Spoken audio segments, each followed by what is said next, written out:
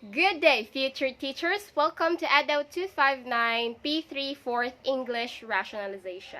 So again, I am Monica Apepe, and for today's video, we will be rationalizing these subjects. So English 159 are the Afro-Asian literature, English 160 are Survey of English and American Literature, English 163 are the Language Education Research, Lit 006 are the Mythology and Folklore, Lit 007 are the Literary Criticism, English 161 are the Stylistics and Discourse Analysis, and the English 151 Technical Writing, all items from number 1 to number 3.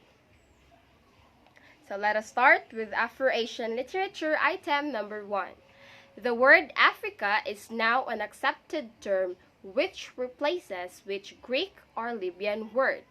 The options are letter A, Afaric, letter B, Lubins, letter C, Auriga, and letter D, Afriga. So the correct answer for this item is letter B, Lubins. For our rationalization, Africa is the world's second largest continent, both by size and number, after the Asia. Its landmass holds 54 countries and 9 territories. Over 1.11 billion people call Africa home and call themselves African. The origin of Africa has been difficult to elucidate.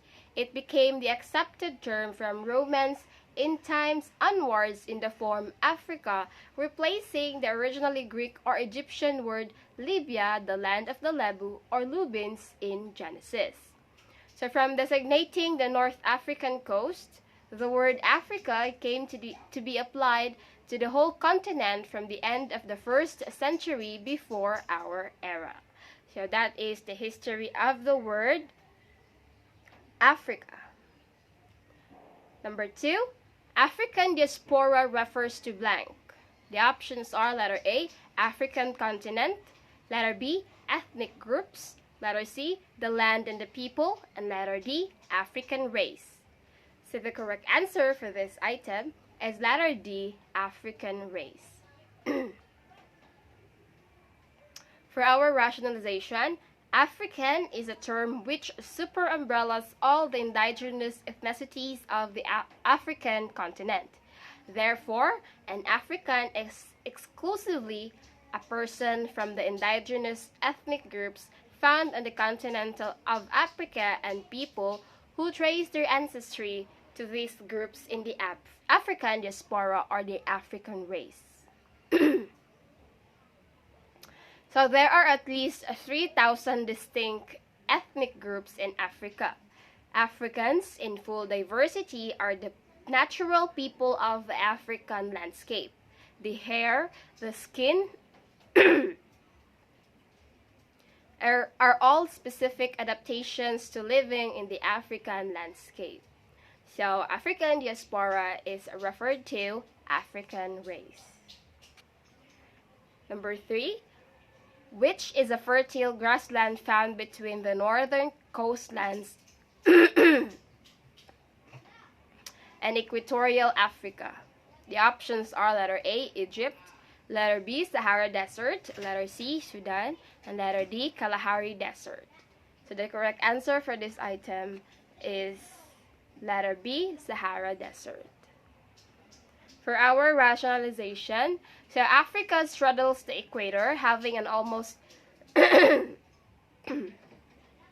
equal south and north extent.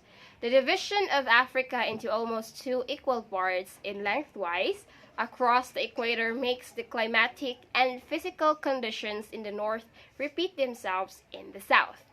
The Sahara Desert, the largest of its kind anywhere in the world, is over 10.4 million kilometers squared in north to south, is approximately 1,800 kilometers, and east-west is 5,600 kilometers.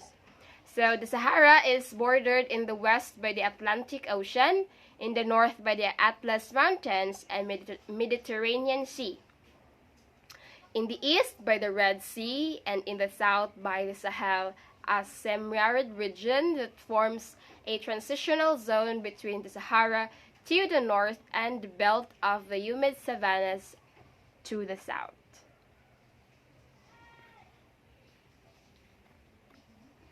Moving on, let's have the Survey of English and American Literature item number 1. Which of the following is a useful writing during 17th century American literary period? The options are letter A, accounts and voyages, letter B, biographies, letter C, treatises, and letter D, all of the above. The correct answer for this item is letter D, all of the above. For our rationalization, the 200 years that spanned the 17th and 18th centuries saw an explosion of major authors, works, and styles in English literature. Discover the authors and major literary movements at the end of the Renaissance, known as the Jacobean era, Caroline, Interregnum, and the Restoration periods, and Neoclassicism, or the Augustan era. So the utilitarian writings of the 17th century included biographies, treatises, accounts and voyages, and sermons. So there were few achievements in drama or fiction since there was a widespread prejudice against these forms. All 17th century American writings were in the manner of British writings of the same period. So all of the choices mentioned are correct. Moving on with item number 2, which of the following literary works of T.S. Eliot expresses great power of disillusionment? The options are letter A, Casual Vacancy, letter B, Four Quartets, letter C, The Wasteland, and letter D, Whispers of Immortality. The correct answer would be letter C, The Wasteland. So let us nationalize this item. The Wasteland is a poem by T.S. Eliot, widely regarded as one of the most important poems of the 20th century and the central work of modernist poetry. Published in 1922, the 434-line poem first appeared in the United Kingdom in the October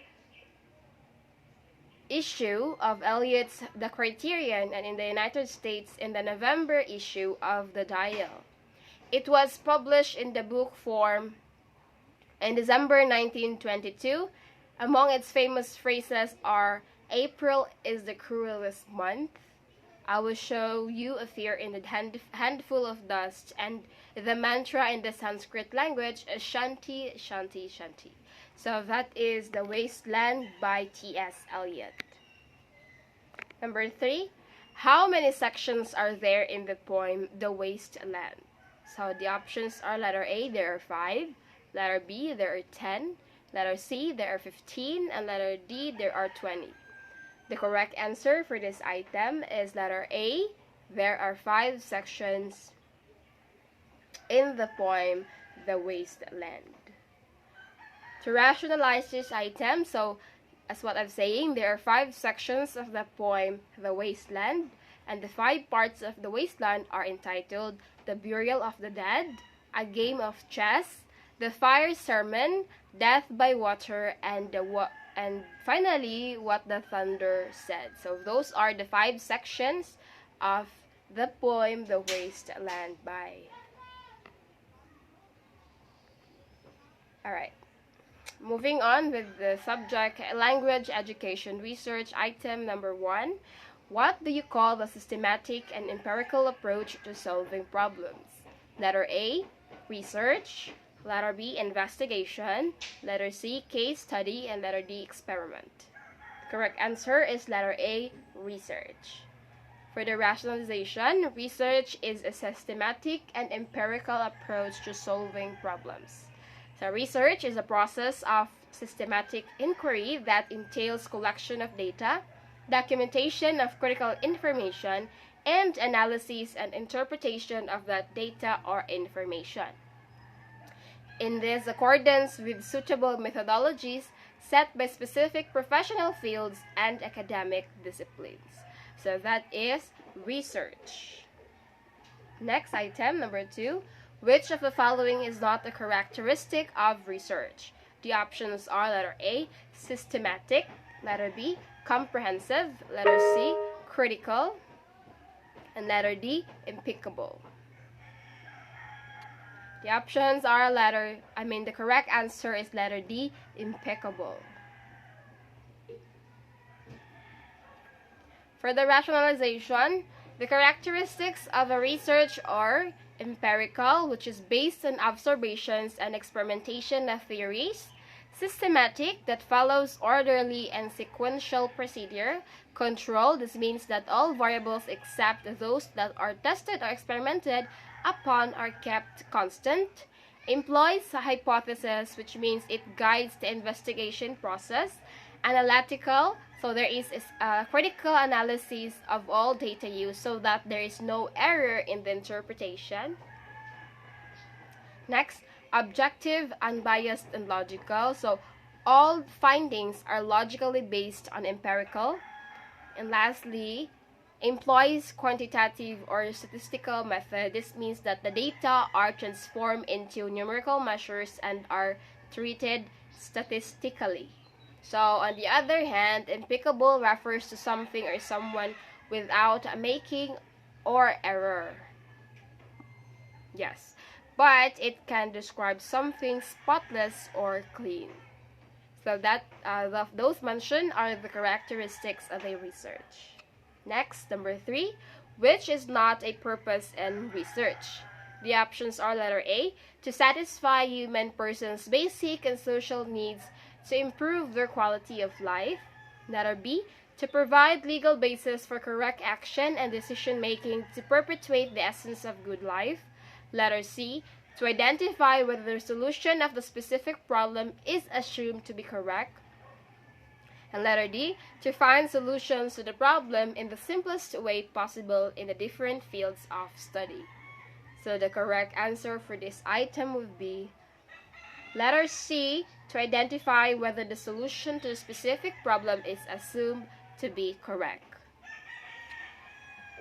For the rationalization, the purposes of research are to satisfy human persons' basic and social needs to improve their quality of life, to improve legal basis for correct action and decision making to perpetuate the essence of good life, to find solutions to problems in which the simplest way possible in the different fields of study. So the main purposes of research are to inform action, gather evidence for theories, and contribute to developing knowledge in a field of study. So this discusses the significance of research and the many reasons why it is important for everyone, not just for students and scientists. So those 3 are the purposes of research. Moving on with the next subject, Lit 006, are the mythology and folklore. Item number 1. The following statements are descriptions of mythology except blank. The options are letter A, it is a study of theories about supernatural beings in early times; letter B, it was handed down orally; letter C, it is all about gods and goddesses; and letter D, it is a prophecy. Correct answer is letter D, it is a prophecy. For the rationalization, the following statements are descriptions of mythology. First, it was a study of stories about supernatural beings in the early times. Next, it was handed down orally. And finally, it is all about gods and goddesses. So on the other hand, a prophecy is a message that is claimed by a person to have been communicated by them by a deity.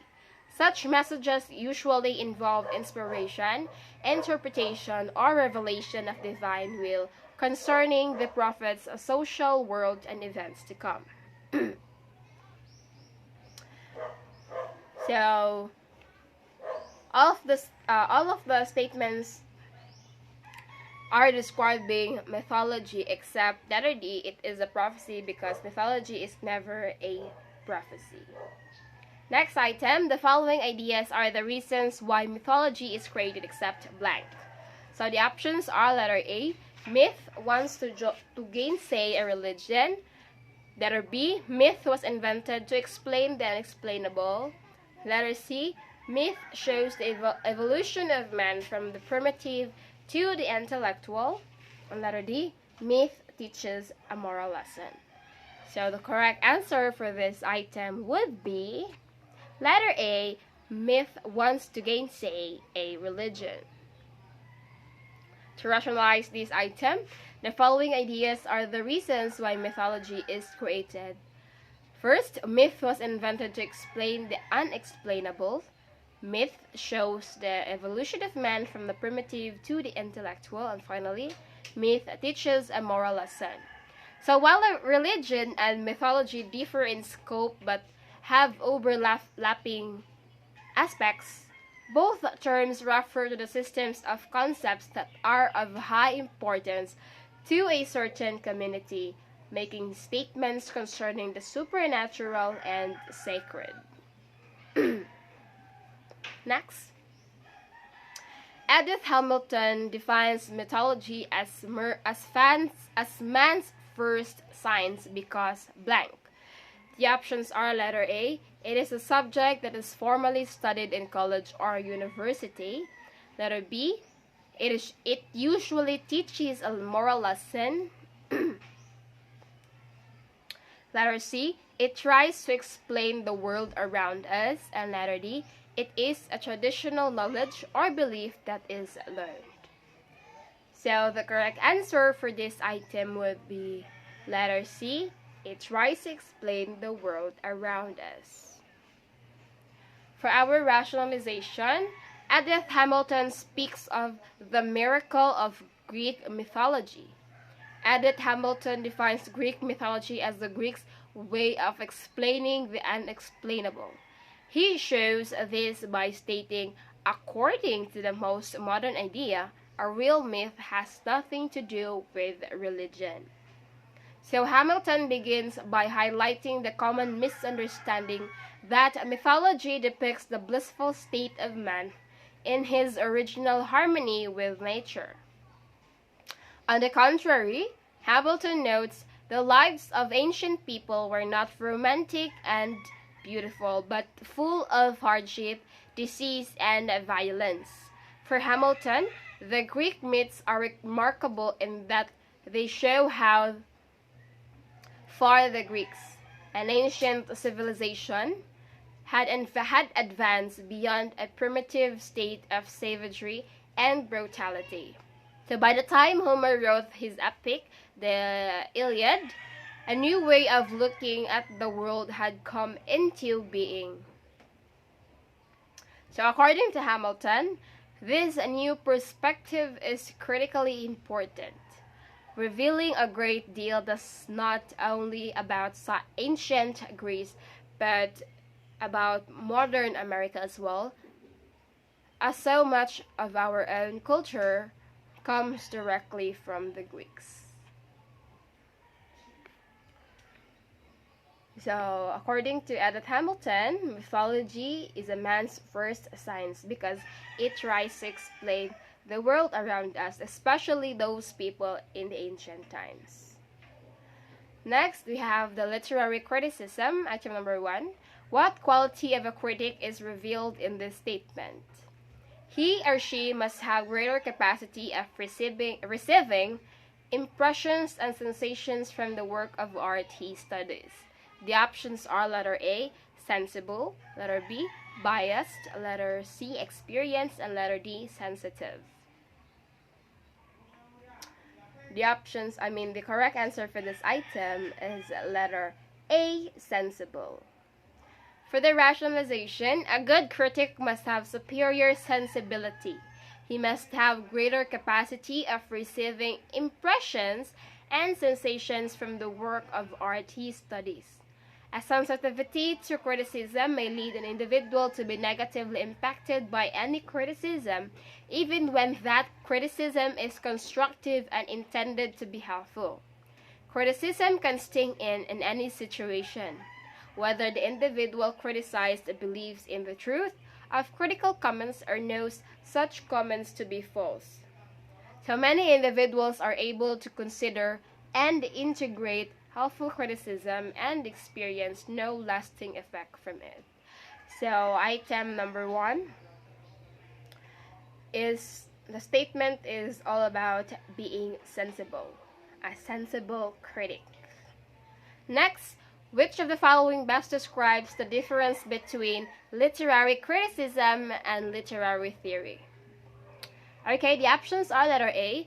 Literary criticism is concerned only with the meaning of the literary work, while literary theory is concerned only with the structure of the literary work. Letter B. Literary theory is concerned with the method used to interpret a work, while literary criticism is the application of literary theory. Letter C. Literary criticism draws upon research derived from sources outside literature, while literary theory draws upon sources within a text. Finally, letter D.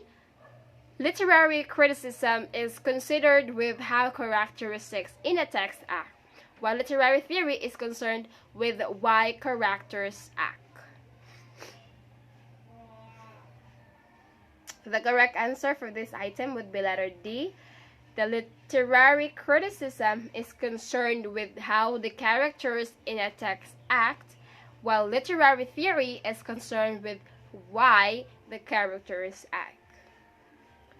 To rationalize this item, the statement that best describes the difference between literary criticism and literary theory are the last option, which is the literary criticism is concerned with how characters in a text act, while literary theory is concerned with why the characters act. So, literary theory is the body of ideas and methods we used in the practical reading of literature. By literary theory, we refer not to the meaning of a work of literature, but to the theories that reveal what literature can mean.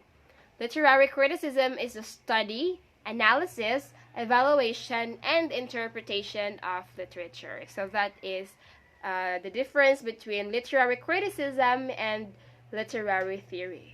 Moving on, we have number 3. It advocates recognition in both homosexual and lesbians as sexual preferences or identities not deviant to what we consider as normal and natural. The options are letter A, Marxist, letter B, biographical, letter C, queer, and letter D, historical biographical. The correct answer would be letter C, queer. Okay, so queer is a word that describes sexual and gender identities other than straight and cisgender or lesbian, gay, bisexual, and transgender people may all identify with the word queer. So queer is sometimes used to express that sexuality and gender can be complicated, change over time, and might not fit neatly into either or identities, like male or female, gay or straight. So queer can be classified, queer has many categories, say as lesbian, gay, bisexual, and transgender. So those mentioned are all considered as queer. So they belong to the category of queer in the society. Okay, so moving on. Next, we have the English 161 Stylistics and Discourse Analysis, item number 1. The following are some aspects or elements that you will look into in a critical discourse analysis at word or phrase level. The question is, which does not belong? The options are letter A, the choice of words which expresses degrees of certainty and attitude. Letter B, connotations of particular words and phrases. Letter C, text degree of formality or informality, degree of technicality. And letter D, who has the most authority and power in the discourse. The correct answer for this item is letter D, who has the most authority and power in the discourse. For the rationalization, the following are some aspects of or elements that you will look into a critical discourse analysis at a word or phrase level. So these are the choices of words, which expresses degrees of certainty and attitude, connotations of particular words and phrases, text, a degree of formality or informality, and a degree of technicality. So critical discourse analysis, or CDA, is a growing interdisciplinary research movement composed of multiple distinct theoretical and methodological approaches to the study of language. Each has its own particular agenda. So despite this diversity, CDA, or the critical discourse analysis scholars, commonly view language as a form of social practice and are concerned with systematically investigating hidden power relations and ideologies embedded in discourse. So in this item, we're looking into the aspects or elements that we look into the critical discourse analysis at word or phrase level. Take note of the word and phrase level. So basically, the aspects should only focus on the words, choices of words, the connotations of words and phrases, and of course the degree of the text in terms of formality and informality. So this refers to, is such as the degree of technicality, basically on words and phrase level alone, not in the speaker of the discourse. Yes. So moving on, we have number 2. Who introduced the notion of texture, which expresses the property of being a text?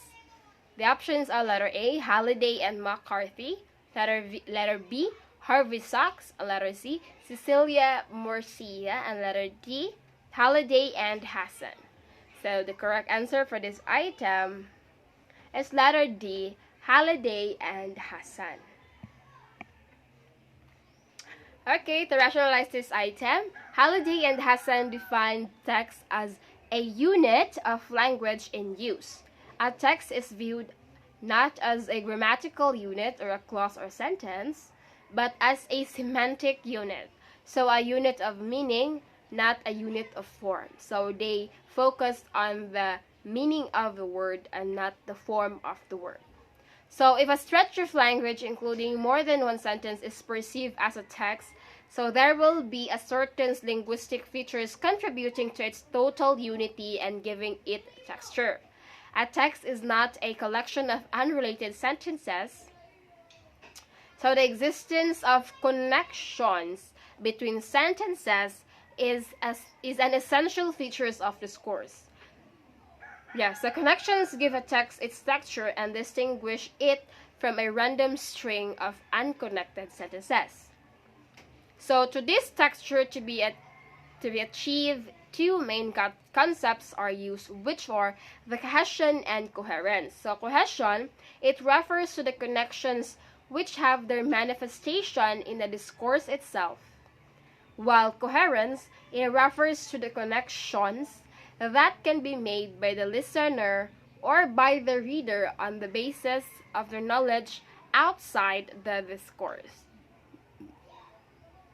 So Halliday and Hassan define text as a unit language in use. So, so they focus on the semantic unit of the text. So a unit of meaning. So they focus on the semantic structure of the text. So the meaning itself and not the word itself. Okay, so next. Which of the following refers to the way in which resources such as patterns of cohesion create both cohesive and coherent text? Letter A, unity of texture.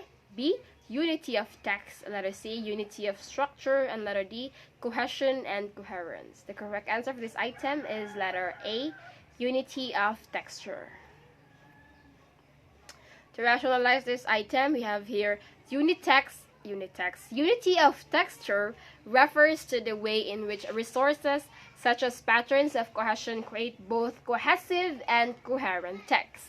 So texture results where there are languages items that tie meanings together in the text, as well as tie meanings in the text to the social context in which the text occurs. That is according to Paltridge of 2012 in 130.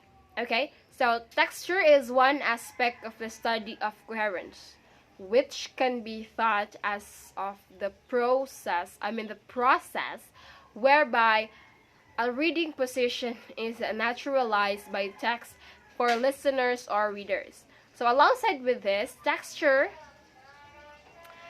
this process involves understanding and expectations about the social context and a text dynamically construes. So the unity of text is what is being referred in item number 3. Okay, next item, we have the last subject, which is the technical writing. Item number 1. The Revolutionary War was a time of great division. Americans were split into groups, patriots and loyalists. Patriots were Americans who supported the struggle for independence. They believed that Americans should be free from the control of an English king. They fought against English to establish a new government in America. So loyalists were Americans who remained loyal to the crown. So some of them were happy under English rules. Others believed that they might be rewarded after the Americans lost the war. Though both patriots and loyalists live in America, a deep division ran between them. So this statement is a type of what? So the options are letter A, compare and contrast, letter B, cause and effect, letter C, spatial writing, and letter D, process writing. So the correct answer for this item is letter A, compare and contrast. To rationalize this item, comparing and contrasting means looking for similarities and differences between two things, which you can see nicely in a Venn diagram. That's very common. So compare and contrast is a rhetorical style that discusses the similarities and differences of two or more things, such as ideas, concepts, items, places, etc. So in this item, what is being compared and contrasted are the two groups of Americans, which are the patriots and loyalists. So it is being compared and contrasted, specifically the two groups under the English rule after the Revolutionary War in the time of America. So next item, number 2. There were many important battles in the Revolutionary War, but perhaps none were more important than the battles of Saratoga. The results of the battles of Saratoga shifted the momentum of the war toward the Americans. So though they had previously lost numerous battles, the Americans captured British General Burgoyne's army during the battles of Saratoga. The victory convinced other countries, especially France, that the Americans could win the war. Because of this, not only did France declare war on England, but other nations also began openly supporting the American fight for independence. The battles of Saratoga will be remembered as a pivotal moment in this fight. So the question is, what pattern of organization is used in this passage? The options are letter A, compare and contrast, letter B, cause and effect, letter D, spatial writing, and letter D, process writing. So the correct answer would be letter B, cause and effect. So let us rationalize. Cause and effect is the relationship between two things when one makes something else happen. For example, if we eat too much food and do not exercise, we gain weight. So eating food without exercising is the cause. So weight gain is the effect. So there may be multiple causes and multiple effects. So that is the cause and effect relationship. So in this item, the cause and effect of this item is between the the Revolutionary War between the America and convincing the France on declaring war in England. So to wrap it up, it is all about the Revolutionary War and the, what do you call this one, claiming for independence. Okay, so that is cause and effect. Number 3, last item. In most cases, American soldiers could not stand the toe-to-toe against British soldiers. The British were better trained, better armed, and more experienced. When the American soldiers attempted to match the British, they suffered heavy losses. The Americans had to use what advantages they had, so they developed what are now known as guerrilla warfare tactics. Guerrilla warfare is a form of fighting where small groups of fighters use ambushes, sabotages, and the elements of surprise to harass a larger, less mobile army. By using guerrilla warfare tactics, American soldiers were able to equalize some of the British advantages on the battlefield.